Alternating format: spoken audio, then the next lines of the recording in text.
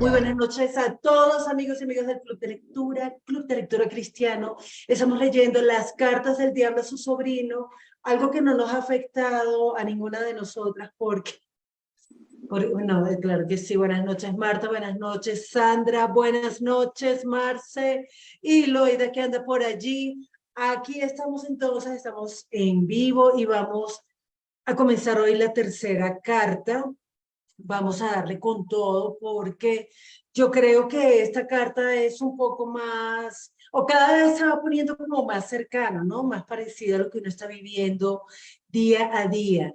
Entonces, ¿qué les parece si leemos el primer párrafo de la tercera carta, donde Scrutopo escribe: mi querido Urugari, me complace mucho todo lo que me cuentas acerca de las relaciones de este hombre con su madre, pero haz aprovechar tu ventaja. El enemigo debe estar trabajando desde el centro hacia el exterior, haciendo cada vez mayor la parte de la conducta del paciente que se rige por sus nuevos criterios cristianos y puede llegar a su comportamiento para con su madre en cualquier momento. Tienes que adelantarte. Mantente en estrecho contacto con nuestro colega Globoso, que se ocupa de la madre, y construir entre los dos en esa casa una costumbre sólidamente establecida y consistente en que se fastidien mutuamente, pinchándose todos los días. Para ello, los siguientes métodos son de utilidad. No sé si esto que acabo de leer, esta primera parte de esta carta, les produjo a ustedes algún tipo de sensación, una cosita ahí. Si ustedes pensaron, uy, no quiero saberlo. ¿Alguien quiere comentar algo de este primer párrafo? Yo. Pues leyendo este primer párrafo me di cuenta por qué están los conflictos con uno de mis hijos, porque ahí está trabajando Gluoso y está trabajando Uruguay. en Urugario. Entonces, esos nombres, si no me, yo decía, Dios mío, si no me aprendo los de los seres humanos, mucho menos me voy a aprender los de esos demonios, pero bueno, ahí vamos. Entonces, eso me hace darme cuenta de que nosotros somos, como, perdóneme la palabra que voy a usar, como idiotas útiles y no me hace sentir bien. Me hace sentir como, ay, ¿por qué todavía después de tantos años sigo cayendo? Uy, sí, re feo eso. Marce, Martica, Sara, Loida, ¿quieren comentar algo de esto? Marce tiene como ganas de hablar, sí.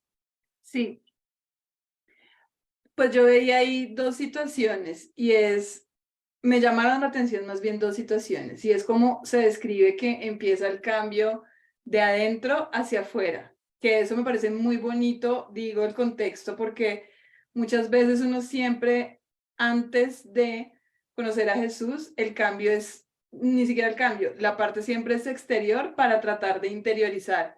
Acá sí habla de, él produce un cambio interno que exterioriza.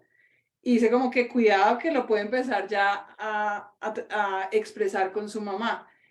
En este caso yo decía, para mí el tema es, la analogía es con la mamá porque es el cerquita. Digamos que yo digo, para mí obviamente no era la mamá, sino cuando empieza a hablar como el picándose con la persona que está al lado, yo decía, pues claro, en mi caso es con el pulgo y con mis hijas, pero literal para mí eso es una escena de la vida real y es picándonos en la casa unos a otros para hasta ver hasta qué punto llega el otro. O sea, muy, muy diciente la actuación. Creo que soy María. Gracias. Sí, gracias, Marce. No, no, y además, Marce, por si acaso, para contarles, el pulgo es el esposo. Si no todo el mundo sabe quién es el pulgo, ya sabemos que cuando Marcela habla del pulgo es el esposo. O sea que el gluposo aquí no está en la madre, sino en el esposo. Ya va, que aquí hay un montón de gente. Bueno, si alguien quiere comentar algo más, Jefferson, Sara, María, buenas noches a todos, Loida. Aquí, ok, si alguien quiere comentar algo más, ¿no? Sí. Si no me encadeno yo, pero es que yo me sentí así. Eso que dice Marce, la parte va de adentro hacia afuera. Yo creo que una de las embarradas más grandes que nosotros estamos cometiendo hoy como iglesia es pensar que el cambio es exterior. Nosotros, yo quiero ver los cambios ya en la gente, oiga, a ver, muestre que usted ha nacido de nuevo, indio, que recibe el Espíritu Santo. Pero no, me encanta eso, cómo nos está expresando de una vez el cambio hacia adentro, hacia afuera, y pilas con que ese cambio se vea con la mamá. Porque curiosamente parece que con los más cercanos pareciera como más difícil detectar los cambios. Dentro del circulito de cristianos piadosos, divinos todos, ahí sí, pero adentro se fue, pero en la casa como que parece, como que termina siendo más difícil ver el cambio. ¿Alguien quiere comentar algo más? Porque aquí hay unas estrategias buenísimas, buenísimas que nos está dando. Marce, ¿tú quieres leer? Loida va a decir algo. Desde México, Monclova, no, Monclova está clarita. Dale, Loida, desde Veracruz. Puerto Veracruz. Puerto Veracruz. Playa, muchachos. Playa, hay que hacer la obra con Loida. Bienvenida. Bienvenidas todas. A mí me atrapó mucho este tema porque actualmente estoy trabajando en el Ministerio Juvenil y me pasa con mucha frecuencia conversar con los chicos acerca de las inconformidades que tienen en relación con las actitudes de sus papás. Y cómo es que el papá pareciera que prefiere que se vaya al mundo a echar un trago, a hacer cosas que con base en la doctrina que pues se ve o lo que se piensa o lo que se tiene o las conductas moralmente o socialmente aceptables por nuestro entorno pudieran no ser tan benéficas como congregarse, tener amistades, buscar de la presencia de Dios y todo. O sea, y dice, estás metido todo el tiempo en la iglesia, sal de ahí, estás metido todo el tiempo con esa gente, búscate otros amigos, estás todo el tiempo, entonces los chicos, o sea, sí dicen, pero, o sea, no entiendo qué quiere mi mamá, no entiendo qué quiere mi papá, o sea, nada les acomoda, nada les gusta, nada les parece, todo el tiempo la crítica, todo el tiempo, y si estoy encerrado, que si estoy de flojo, que si estoy haciendo esto, que si... Entonces, a veces somos como distraídos para detectar que hay cosas muy pequeñas, imperceptibles o casi insignificantes que en realidad están generando una brecha muy grande en las familias. Vale, gracias Loidis. Hola Jeff, bienvenido. Mariana anda por ahí, Angélica se acaba de conectar también. Hay otro punto que a mí me parece genial y es que el enemigo, que para ellos es Dios, trabaja desde el centro hasta el exterior y dice, haciendo cada vez mayor la parte de la conducta del paciente que se rige por sus nuevos criterios cristianos. Y ahorita hay mucho ruido con eso de que, bueno, vamos a ver si, porque no es conducta, es gracia, es fe, pero me encanta cómo C.S. Lewis nos muestra aquí, es que se va a notar. En algún momento va a llegar a la conducta, está trabajando de adentro hacia afuera.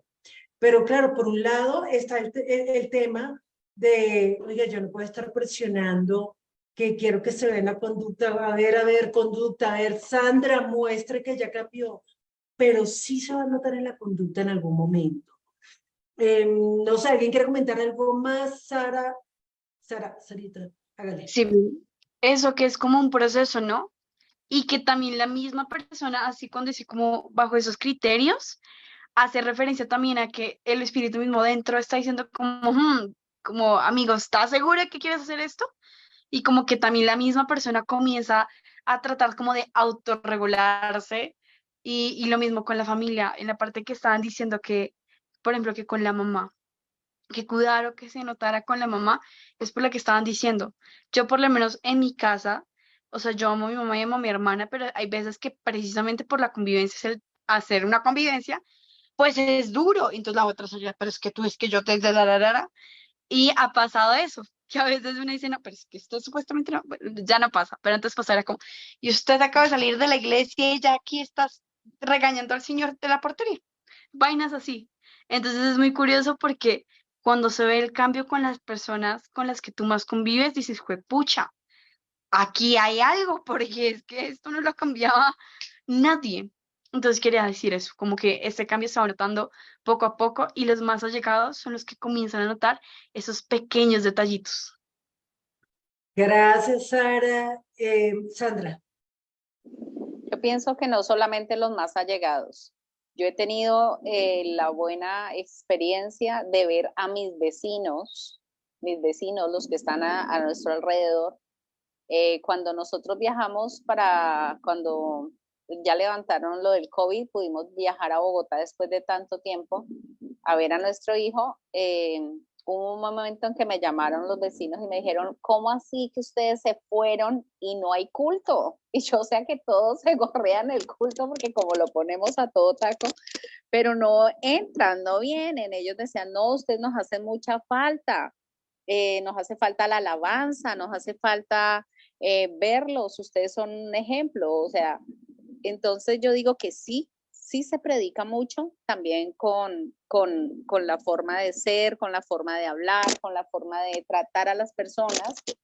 Tuve la mala fortuna de ver un muy mal testimonio en un pastor y estábamos en una reunión en su casa y salió la vecina a decirle que por favor, que hiciera silencio y le dijo, no, es que esta es mi casa, yo la compré y yo hago lo que se me da la gana. Y yo pensaba, oh Señor, ¿cuándo esta mujer se va a convertir al evangelio con ese testimonio? Y ella lo que hizo fue decir, ja, si eso es el pastor, ¿cómo serán los demás? Y yo, tierra, trágame, porque tenía mucha vergüenza. Entonces yo pienso que no es todo el ser, pero sí, sí marca una diferencia. De hecho, el apóstol Pablo dice que somos cartas abiertas. Gracias, Andris. Entonces, vamos a ver cuáles son las estrategias que nos está regalando Scrutopo aquí. Métodos de utilidad. Ok. Número 1. Mantén su atención centrada en la vida interior. Cree que su conversión es algo que está dentro de él y su atención está, por lo tanto, volcada de momento, sobre todo hacia sus propios estados de ánimo. O más bien, a esa versión edulcorada de dichos estados, que es cuanto debes permitirle ver. Fomenta esta actitud. Mantén su pensamiento lejos de las obligaciones más elementales, dirigiéndolo hacia las más elevadas y espirituales. Acentúa la más sutil de las características humanas, el horror a lo obvio y su tendencia a descuidarlo.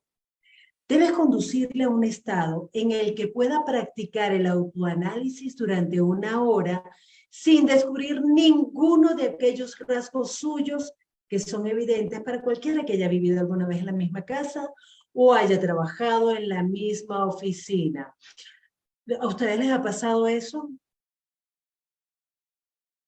¿O nunca estuvieron en... Ok, a las personas cercanas a ustedes que empezaron a ir a la iglesia, ¿les pasó eso? ¿No? ¿Sí? ¿Qué? ¿Nada? Marcia, ¿tú estás haciendo la finta o quieres hablar? Ah, perdón, Jeff, hágale. Que no vi la manito. ¿Cómo están? Buenas noches. Yo creo que sí tocó así. Yo creo que cada uno de nosotros ha pasado por diferentes estados. Me gusta como el texto encierra en comillas la palabra espiritualidad, porque pues realmente ahí demuestra como tal una falsa, no sé si llamarlo conversión o un falso perfil de cómo el Señor quiere tratar a la persona de adentro hacia afuera, pues me parece también muy interesante cómo eso también desean los demonios en uno, que de adentro hacia afuera comiencen su trabajo pues para que llegue al punto de dejar de todo la fe. Y aquí podemos ver es que fácilmente podemos tomar una actitud fariseica, si se dice así la palabra, de centrarnos en teoría en nuestra comunión con Dios, pero rechazando lo que otros pueden ver malo en nosotros. Y eso sí, centrar mucho la atención en en todo lo malo que uno ve en esa persona. Por lo general, pues uno le da muy duro a sus familiares. Entonces, me gusta cómo analiza ese demonio el asunto en el corazón de uno en el que pues se puede notar como algo bueno de que quiero cada vez aumentar más mi comunión con Dios y todo y todo lo demás, pero ayuda a esta otra persona a que no caiga en pecado, a que deje su ira, a que deje pues todos los problemas internos o externos que esa persona pueda tener. ¿Y dónde está lo mío? ¿Y dónde está mi sincera autoexaminación sobre cómo está realmente mi comunión con el Señor y mi comunión con el prójimo? Entonces, fácilmente podemos convertirnos en lo que dice el Señor en esos sepulcros blanqueados, que al exterior podemos mostrarnos los más santos, pero interiormente estamos en un problema muy serio en nuestro corazón. Estamos permitiendo que se endurezca y que ese ego que atacó muy duro el Señor Jesús a los fariseos puede sembrarse en nosotros. Y sí, pero siempre la autocontemplación. Gracias, Jeff. Hola, Aleja, buenas noches. Hola, buenas noches, ¿cómo están? Todo bien. Bueno, a mí sí me pasó, o sea, sí me pasó em, entrar en esos periodos de autoexamen, pero así de esa manera superficial, o bueno, no sé si es superficial, pero sí, es como, sí, como una ilusión, ¿no? Porque te estás autoexaminando, pero el otro, si el otro no está haciendo parte de ese autoexamen, es una farsa. Porque tú te examinas a ti mismo, pero sales, incluso hasta de ese examen te sientes todavía a veces con más derecho de salir a criticar al otro, porque es que tú estás constantemente en autoexamen. Entonces, a mí sí me pasó eso. No, no recién creí en el Señor, pero sí en un momento entré en eso, pero gracias a Dios, porque intentaba poner pues de en medio de mi ceguera hacerlo y orar por eso, pues Dios en un punto me mostró que el otro era mi espejo. Ahí me estrellé duro, pero claro, me estrellé muy duro, pero claro, ya pude decir como, ok, o sea, mi autoexamen es dejar, o sea, es verme en el otro. Entonces, todo lo que me dice, incluso lo que me molesta, yo lo puedo ser, lo puedo tener yo primero, entonces ya fue muy diferente el ejercicio, pero sí me pasó. Gracias, Ale, y gracias por hablar en primera persona, pero a mí me da mucha risa cuando nosotros hablamos todos, a todos nos pasa, a mí, yo también, a mí me pasó eso de estar, claro, con el Señor, la contemplación, todo así, todo lindo, pero los demás que si no me interrumpan, sí, estoy naciendo de nuevo. Entonces, es muy feo porque de verdad y eso que yo vivo sola, entonces yo no tengo esa ventaja que tiene Aleja, que dice que el otro es el espejo de uno. No lo tenía todo las 24/7 como lo tiene Aleja y lo tienen todos los que viven con alguien. Yo no. Entonces, casi que, esta gente que no conoce al Señor y los defectos que nosotros veían en mí, que los demás veían en mí, ya decía, claro, lo que me están juzgando, pero yo no lo veía. O sea, yo estaba viendo, era lo que el Señor hace en mí. ¿Qué dice Sara? Que también hay veces cuando tomamos esa actitud y comenzamos a criticar a los demás y no somos a veces capaces de ver lo que hay en uno porque uno a veces no alcanza a ver todos los defectos que uno tiene y adquiere una actitud también religiosa, entonces las otras personas también se cansan, es como que fastidio, o sea, ¿por qué no ves tus defectos? Como que mamera, no, si tú dices así de lindo, pues qué gracia, entonces yo también meterme en esa entrada tan mamona. Y entonces es muy interesante porque a ver, como que se conecta también con lo que dice Jefferson sobre como los fariseos y todo este tema, esa actitud que uno toma. Sí, cierto. Gracias, chicos. Y entonces, ¿vemos el segundo método? ¿Les parece? ¿O alguien quiere comentar algo más? No hay manitas levantadas, entonces vamos con el segundo método. Ah, no, no, ya va, es que yo quería agregar algo más aquí, que me encanta que dice, mantén su pensamiento lejos de las obligaciones más elementales. La idea de que un demonio pueda impedirme a mí, o pueda tratar de hacer, o hasta dónde se lo permite, hasta dónde le permito yo a un demonio no dejarme ver más allá de lo elemental. O sea, ¿hasta qué punto yo puedo estarle permitiendo a un demonio que me mantenga velado? Si se supone que el evangelio tiene que ayudarme a ver, tiene que quitarse los velos, pero yo puedo estar dejando que un demonio me vele el entendimiento.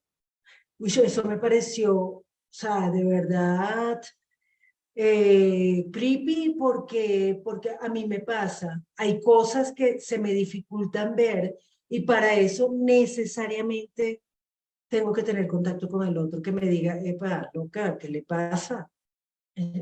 ¿Que te herí? Te lastimé, perdón, no me di cuenta. Pero de verdad complicadito el tema, ¿no? Entonces, el segundo método, por supuesto, es imposible impedir que rece por su madre, pero disponemos de medios para hacer inocuas estas oraciones.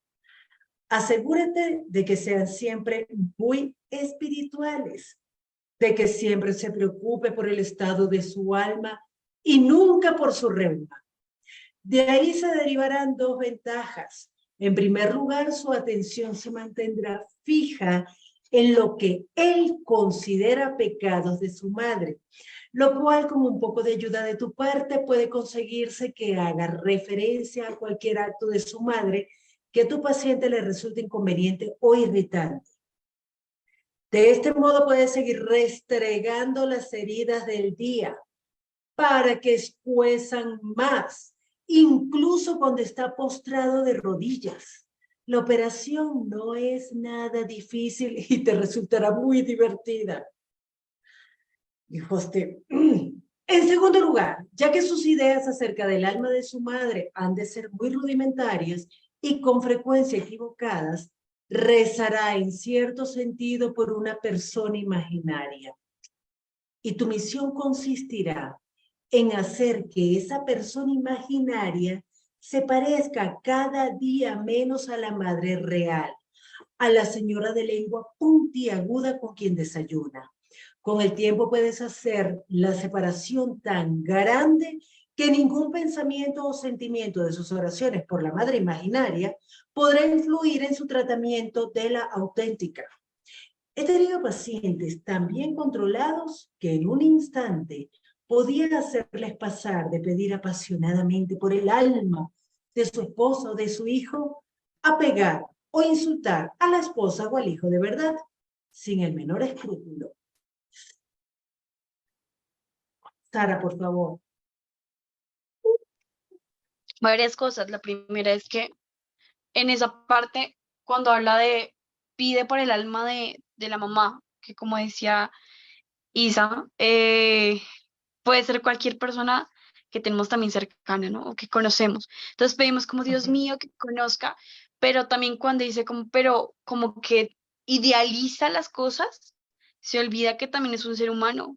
Y por estar pidiendo por el alma no necesariamente comienza a pedir por lo que realmente también necesita la persona o se aleja de la necesidad que no solamente orar, sino es de mi mamá también por qué parte está pasando o fulanito qué le está pasando y eso también cómo lo puedo acompañar sin solamente estar ahí de rodillas Diosito, sí, ayuda a la que te conozca, que no sé qué más. Y también el afán de querer que la persona se cambie, ¿no? Porque creemos que porque la persona llega a los pies de Dios, entonces ya de una vez conoce, oh por Dios, el gran cambio y cambia totalmente, ahora sí se vuelve perfecta y ahora sí va a hacer todo lo que yo quiero o como que quiero que sea la persona y no es así, porque cada persona también tiene su proceso con Dios y Dios también va tratando a la persona de distintas maneras. Entonces, quiero tocar esos dos temas, esos dos Gracias, puntos. Sara. Gracias. ¿Alguien quiere comentar algo de este segundo método? ¿Alguien ha sido víctima de estos métodos maléficos? Mariam. Sí, este punto maléfico, como dices tú, me tocó mucho porque, bueno, aquí algunas saben, pero yo sé que Adri sabe, que mi mamá está enferma. Mi mamá tiene Alzheimer y por muchos años yo jamás oré por el Alzheimer, sino que oraba, Señor, que mi mamá te conozca, Señor, que mi mamá tal cosa, Señor, que esto. Entonces leía esto y yo decía como, Dios mío, de verdad, como tantos años que perdí, como no perdiendo el tiempo, pero como dice acá, o sea, no por la reuma, en vez de orar por lo que estaba padeciendo mi mamá en ese momento, o lo que estaba presentando, que era el Alzheimer, tenía la mirada puesta en otra cosa. Entonces, a veces sí nos pasa eso que como que, y digo que no está mal, o sea, uno debería también pedir porque la persona pueda conocer al Señor, pero a veces la persona tiene necesidad y no sé, o está pasando por un problema o una enfermedad o tiene hambre y tú solamente vas y dices como, no, que conozcas al Señor, que el Señor, y eso en verdad no es lo que necesita la persona en ese momento, que sabemos que es a lo que debe llegar, pero lo que la persona está necesitando ahí no es que tú le digas que conozca al Señor, sino que ores o que lo ayudes con la situación que está teniendo o que si tiene hambre le des algo de comer. Entonces a veces nosotros como que nos enfrascamos mucho en que crea en Jesús, pero dejamos de lado eso no tendemos la mano y no ayudamos a la persona que lo necesita en ese momento. Entonces sí me tocó ese punto número 2 bastante. Sí, ese punto es complicado porque uno sabe, efectivamente, como dice Marian, la gente, nuestros seres queridos también necesitan conocer al Señor, tener esa experiencia, pero a veces nos volvemos tan espirituales, lo que está diciendo Jefferson. Señor, que le resplandezca la luz del Evangelio, pero tiene un problema puntual y nunca oramos por eso. Sandris. Yo creo que aquí implica mucho que nosotros empecemos a orar por nosotros para tener las señales, los prodigios y las maravillas, porque cada vez que nosotros manifestamos esos prodigios orando por las personas, entonces ellos van a tener una relación real y personal con Dios y se van a dar cuenta de que el Señor obró y que es real y que lo que nosotros estamos experimentando es la fe con toda viveza. Entonces, me he centrado mucho aquí en Cali con respecto de eso y las personas han visto, o sea, no solamente decirles reciban al Señor, sino que ellos mismos tengan esa experiencia de poder ellos mismos expulsar demonios, sanar enfermos y tener esa relación con Dios y librarse, como decía el joven ahora, librarse de todas las enfermedades y todas las cosas, pero que ellos mismos lo hagan, que no sea siempre el que está enseñando como venga, yo voy para que usted ore por mí, sino que cada persona lo haga. Entonces, de esa manera, los demonios tienen que irse y van a tener menos ocasión de engañarnos por ese lado. Pienso eso. Ok, gracias, Sandra. ¿Qué dice Aleja? Pues es que, digamos, yo me he dado cuenta en mí y en otras personas que nosotros como cristianos tenemos como una percepción de la oración, como si fuera una magia. Entonces, ay, voy a cambiar al otro a punta de mis oraciones y lo peor de todo es que mis peticiones son las que me hacen idealizar a esa persona, porque ni siquiera soy realista, porque como Dios es poderoso, entonces no sé si es una persona mal geniada, entonces yo quiero que se convierta en la persona más pacífica O sea, y como que nos metemos un viajado ahí mental de que la oración es una magia, porque como Dios tiene el poder, entonces, y yo lo sé porque a mí me ha pasado y porque yo lo he visto en muchas personas. Entonces ahí es donde creo que nos pasa eso de empezar a idealizar a la persona y claro, es un estrellón gigante salir del tiempo tan elevado de oración y encontrarse con la mundana realidad. Entonces creo que es una estrategia tan efectiva y que también yo la he vivido y a veces me cuesta también, lo digo muy honestamente, como decir, bueno, Señor, tú puedes, pero hasta qué punto yo no dejo que mi mente me engañe pensando en cosas que no debo ni siquiera pedir. Y por otro lado, aprender a pedir más por mí, que creo que eso tampoco a veces se nos enseña a orar por otros y por nosotros, pero no tanto como cuando usted vaya a orar por el mal genio del otro, ore por usted, que usted lo entienda, que usted tenga misericordia, que usted no oramos así, sino, Señor, quítale ese mal genio, Señor, cámbialo, transfórmalo. Bueno, entonces sí, creo que es como una mala percepción a veces que tenemos de cómo debemos orar. A mí me parece chistoso y yo siento que sigo cayendo, pero ya tengo un poco más de, de lucidez al respecto. Gracias, Alejita. ¿Qué dice Loida? Yo, ahora que lo reflexiono más, digo, no solamente oramos o pedimos por una persona imaginaria, sino que hasta cierto punto podemos nosotros ser esa persona imaginaria.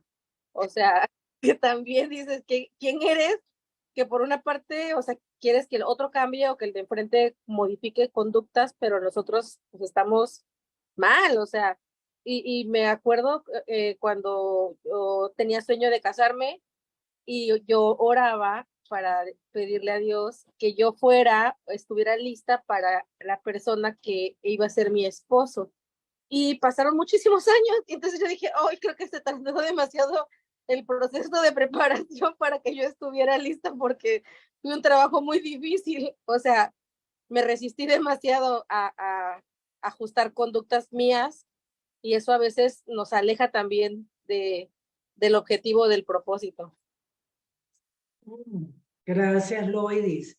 Y a mí me aterra esta última parte del segundo método, poder orar por la persona, por su alma, por su transformación, por su espíritu y cascarla. O sea, le pego, la insulto, la trato mal. O sea, es de verdad que complicadito el tema, porque estamos orando.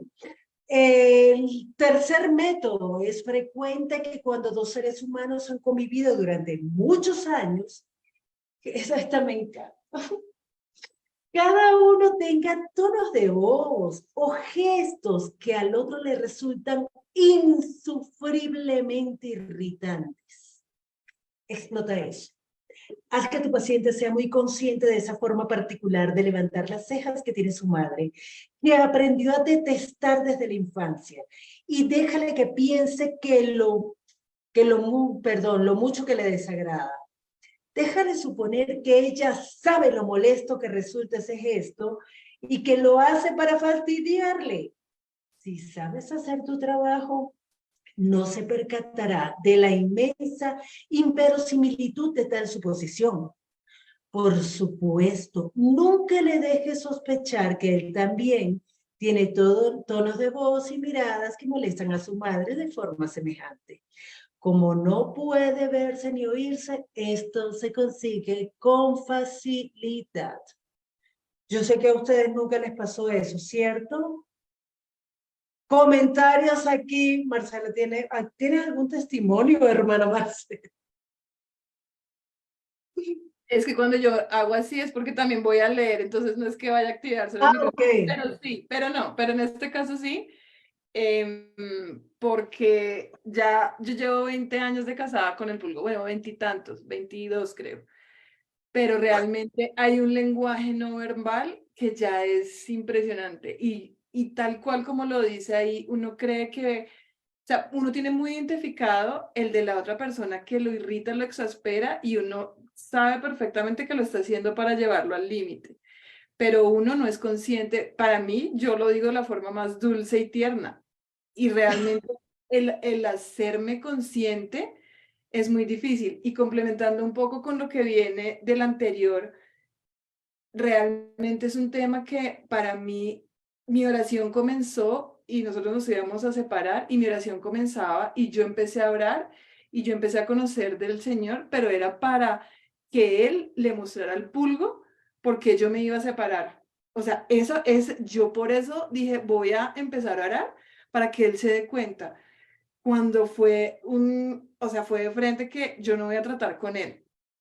Y fue por medio de una lectura muy sencilla, pero fue como, yo no voy a empezar a tratar con él. Yo de él me encargo, yo me encargo de ti.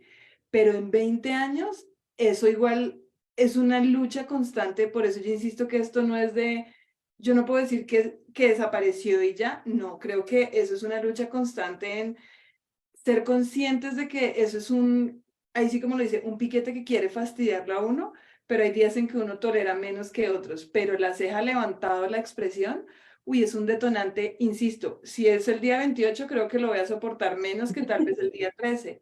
Y aparte, con esas emociones es más complicado, porque hay días en que de verdad la ceja levantada no me va a afectar tanto y decir, no, no me vas a molestar, pero hay otros días en donde se salen todos. Entonces, realmente yo en esta parte dije, creo que es como una consecuencia de la anterior y es un lenguaje no verbal muy difícil. O sea, creo que es más que el de las palabras. Sí, loco. Gracias, Marce. ¿Qué dice Loida?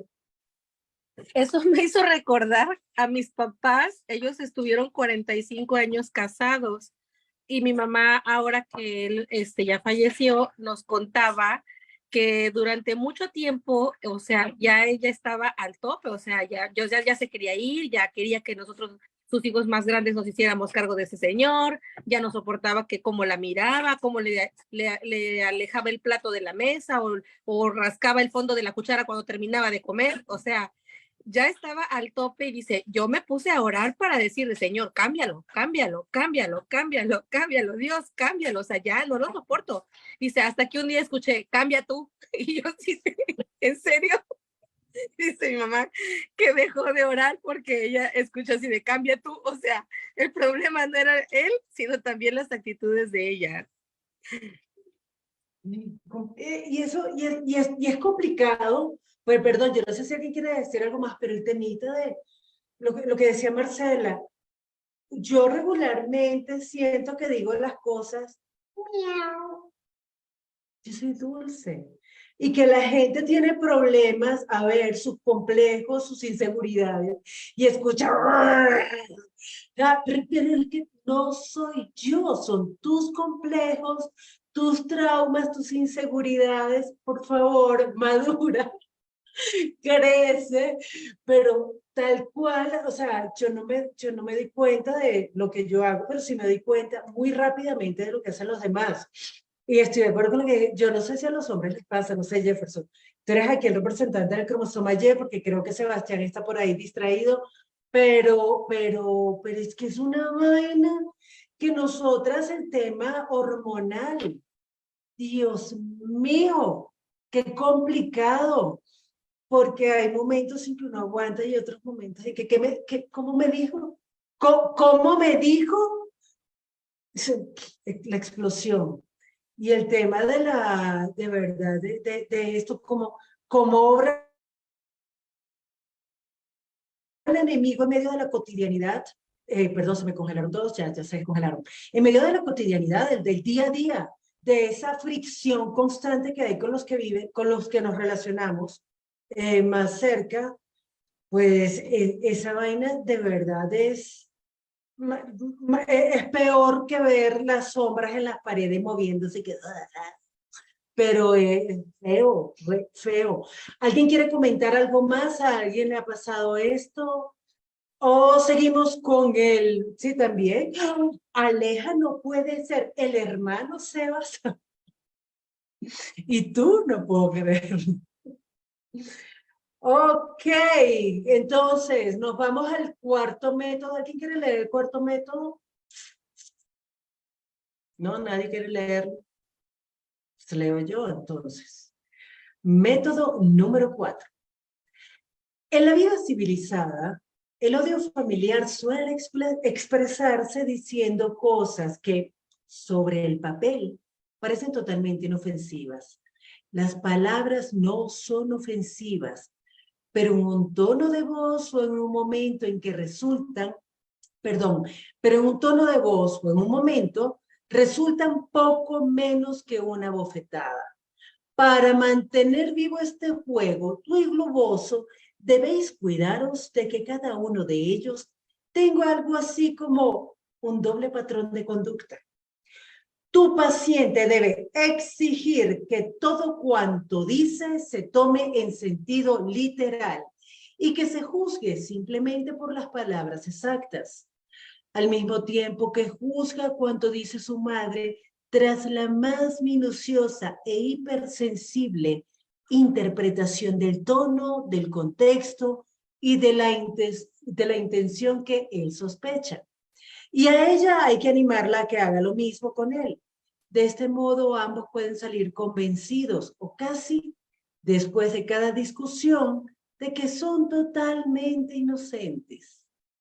Ya sabes cómo son estas cosas. Lo único que hago es preguntarle a qué hora estará lista la cena y se pone hecho una piedra. Una vez que este hábito esté bien arraigado en la casa, tendrás la deliciosa situación de un ser humano que dice ciertas cosas con el expreso propósito de ofender y sin embargo se queja de que se ofendan. Marcela, te estás escondiendo detrás de la vergüenza.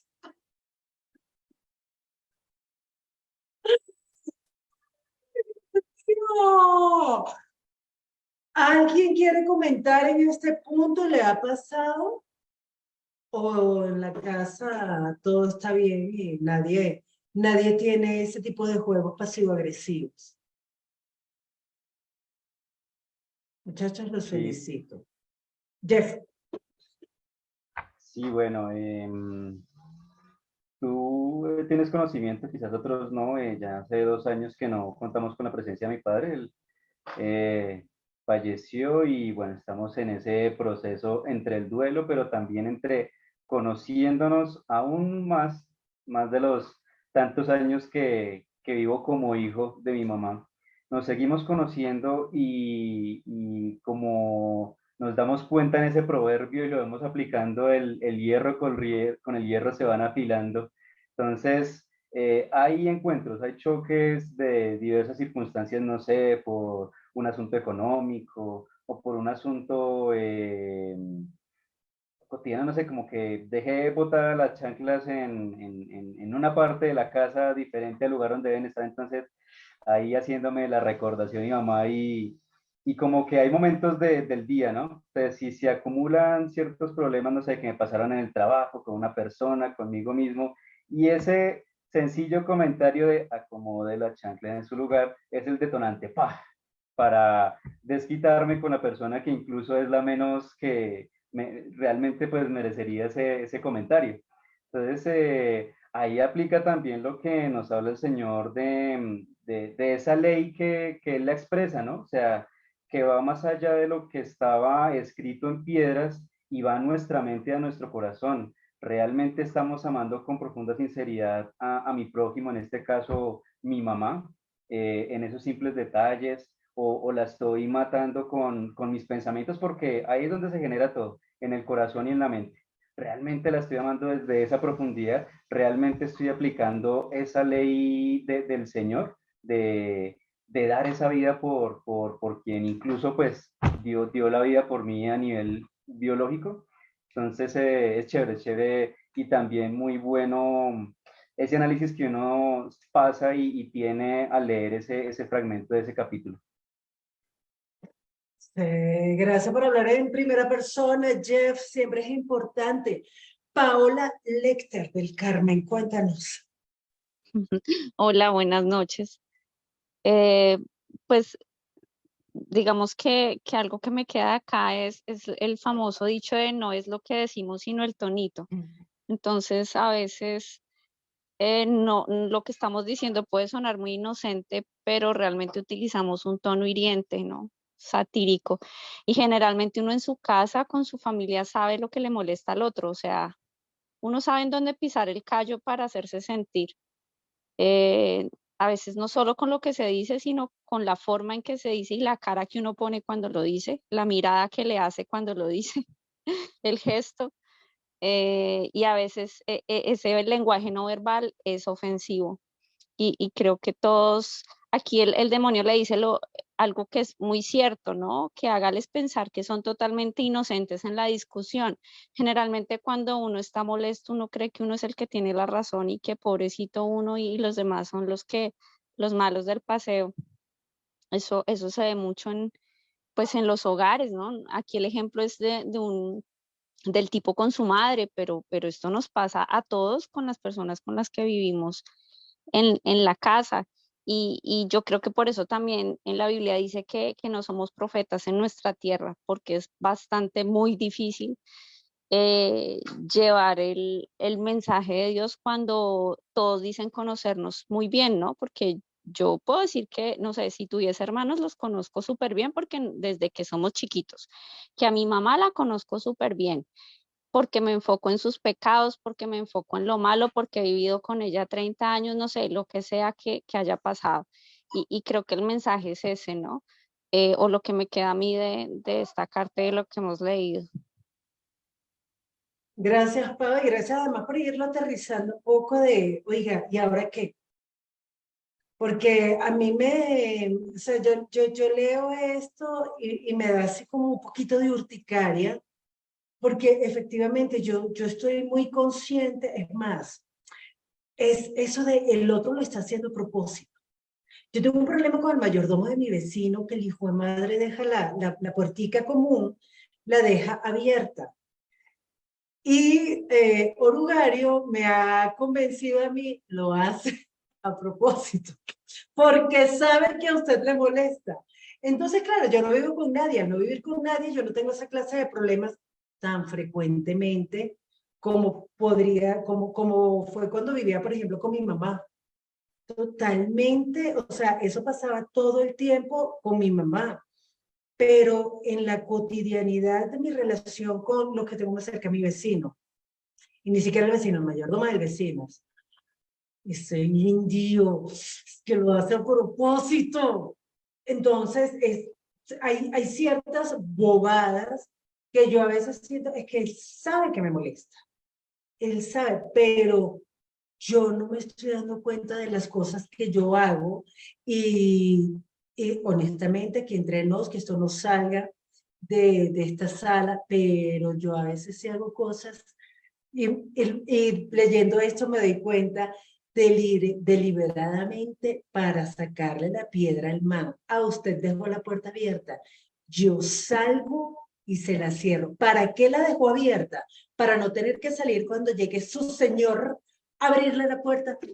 Ahora yo salgo así con la ruana, las botas, el gorro, por el frío, nada más para cerrar la puerta. Yo después de que leí eso me dije a mí misma, marica, ¿en serio? O sea, ¿en serio? ¿De verdad tú estás haciendo eso? O sea, ya basta. Entonces he dejado de hacerlo, pero las ganas no me faltan. Entonces, y de verdad, cómo el enemigo me distrae a mí, me quita la atención de lo importante para estas bobadas, para estar cazando peleas tontas que no existen, que existen en la medida en que yo permito que pasen, que esas peleas que no deberían pasar a ningún lado, que no debería avanzar de nivel, si yo simplemente digo, pues no importa, lo hizo para molestarme, pues te está mostrando a su fuente Alejandra con la que está peleando, pero sí, o sea, es complicadito el tema, no sé si alguien quiere comentar algo más de el método 4. ¿O a Ora nadie por le ha él pasado? para que sea transformado. ¿Ah? Ora por él para que sea transformado. Sí, no, es que es muy complicado. Yo veía hace poco un post que alguien subió y decía, si nosotros conociéramos la historia de cada persona, detrás de cada persona los amaríamos. Y yo pienso dentro de mí, no, pero mentira, sí, o sea, si de verdad uno entendiera lo que estaba diciendo Jefferson, o sea, tuve un día de miércoles, estoy mal y a veces entender, la gente está buscando pelea porque está frustrada, porque está deprimida, por la razón que sea, entonces no le dé el gusto al demonio, que dice Mariano. No, y justo con eso que tú dices, que uno siempre, o sea, uno siempre piensa o siente que el otro es el que tiene el problema. Ay, es que me miró mal. Y yo, a mí siempre me ha pasado mucho eso. Ahí voy en el proceso pidiéndole al Señor, porque a mí siempre se me viene a la mente, es un mal pensamiento. Ay, no me saludes, quizás porque no me saludo, es que está no sé qué, o es que tal cosa, o es que lo otro. Entonces siempre pienso mal de la otra persona, pero la persona pudo haberse levantado mal, no tiene ganas de saludar, qué sé yo, tuvo un problema con su mamá, con su esposo, con lo que sea. Y el problema no es conmigo. Pero en este caso sí, mi esposo, Santiago, él es totalmente diferente a mí. Él siempre me dice, pero mi amor, si tuvo un mal día, o sea, si la persona se levantó de esto o peleó con tal cosa, es como que me aterriza en ese sentido. Y yo digo, bueno, pues sí, es verdad, o sea, seguramente es que la persona tuvo un mal día o qué sé yo, entonces de pronto no es que no me quiera saludar o no me quiera ayudar o cualquier cosa en la que esté yo, digamos, pensando, pero él me aterriza un poco. Y lo que decíamos, y lo que decía aquí uno de los puntos de los gestos, a veces, o sea, a veces el gesto es más fuerte que la palabra y me pasa a mí mucho con él, con Santiago, porque yo soy mucho de hacer gestos y de hacer cosas, entonces yo a veces no le digo nada, pero no sé, o sea, como que lo miro y le tuerzo los ojos.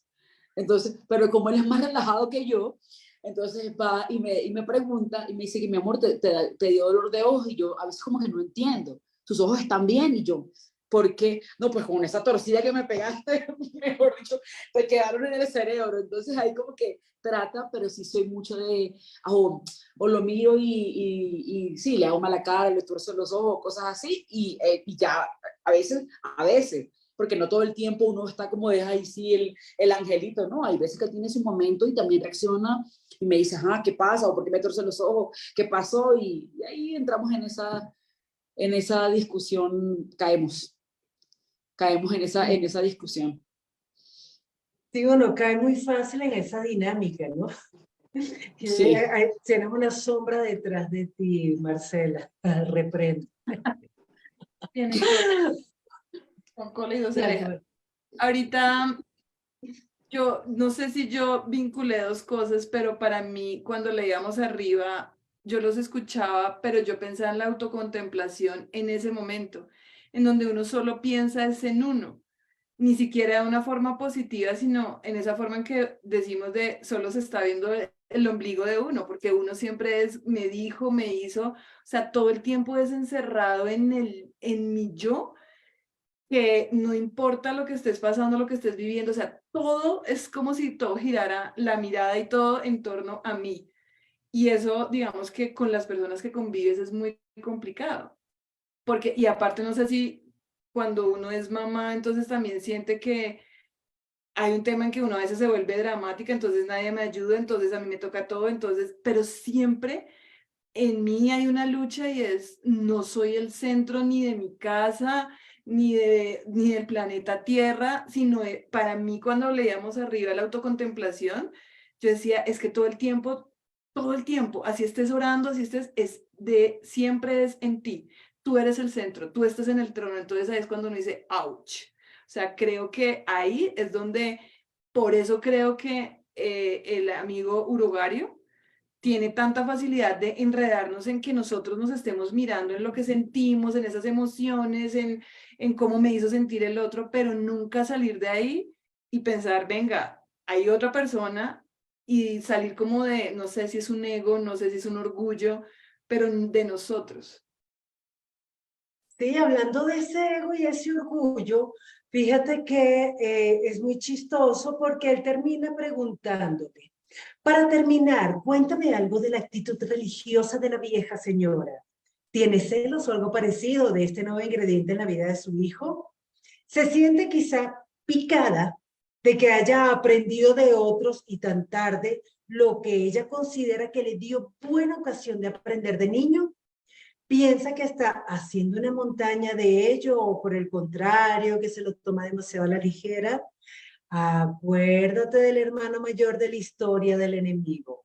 Oh, oh, nos quedan 4 minutos. ¿Quién quiere comentar esto? ¿Nadie? ¿Me encadeno yo? Para aprovechar estos 4 minutos. Pues yo creo que yo he visto bastante esto de ciertos celos, lo veo en mí. Yo voy a hablar de mí.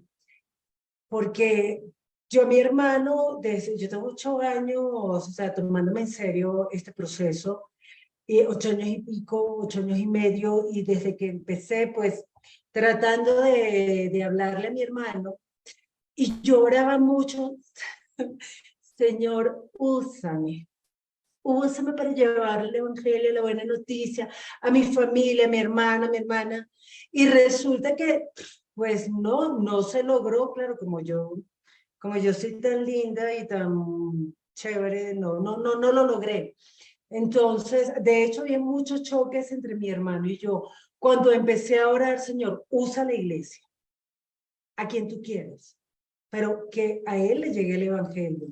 Y entonces mi hermano empezó a acercarse por algunas cosas que le compartió un amigo que se metió a cristiano, porque esa es la expresión, ¿no? Fulano, Marcela se metió a cristiano. No es que es cristiana, sino que se metió a eso. Y entonces llegó y empezó a disfrutar de algunas cosas que le enviaba. Y yo sí llegué a sentirse, le digo que... Y yo que, sí, eso es puro humanismo. Y yo que le estoy predicando la verdad, entonces a mí no me quiere escuchar. Tal cual, la vieja celosa. Pues era porque escuchó a otro y no me escuchó a mí, que le estoy predicando la verdad. Y yo creo que ahí el enemigo juega mucho con esas cosas, con nuestras debilidades. Y ya que nos quedan 2 minutos y algo, yo no sé si el haber leído esto les hizo reflexionar a ustedes así como que, oiga, párenlo ahí. O sea, si hay algo, porque yo creo que lo importante es que estas cosas nos ayuden como a enfrentarnos con nuestras reacciones. No sé si alguien quiere comentar, quiere decir, ¿nadie? ¿En serio? Lo que pasa es que, o sea, el tiempo en Facebook es caro y hay que aprovecharlo.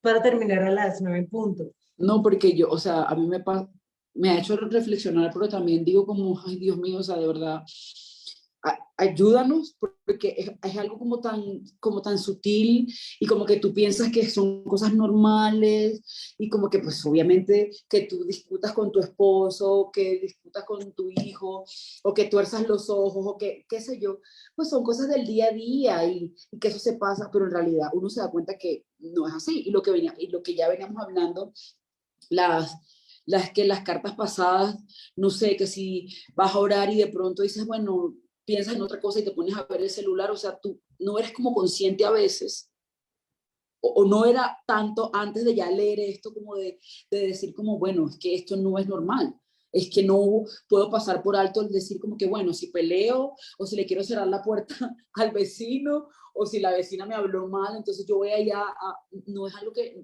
sea normal. Entonces es como entrar en esa, de verdad, ese análisis, pero algo que sea consciente y de la mano de Dios para que no caigamos en las garras de nuestro enemigo orugario. Entonces, ay Dios, ayúdanos. Gracias, Mariana, y eso me parece súper importante porque lo que decía Mari es la sutileza. Es tan sutil, tan cotidiano, tan normal, que, a ver, o sea, todo el mundo pelea, todo el mundo, no, pero, o sea, entender que detrás de esas cositas está Satanás, yo no sé ustedes, pero a mí sí me pone como, a ver, ¿qué? O sea, no querer darle papaya. Me cae mal el mayordomo de mi vecino, pero me cae peor Satanás. Entonces, ojo, pues para sacar a la piedra a Satanás, ahora no voy a pelear con él. Y son cositas que de verdad yo creo que ayudan a entender quién está detrás de todo eso. Chicos, se nos acabó nuestra horita de los jueves. Les mando un abrazo así de grande. Que el Señor los bendiga a todos. Chao.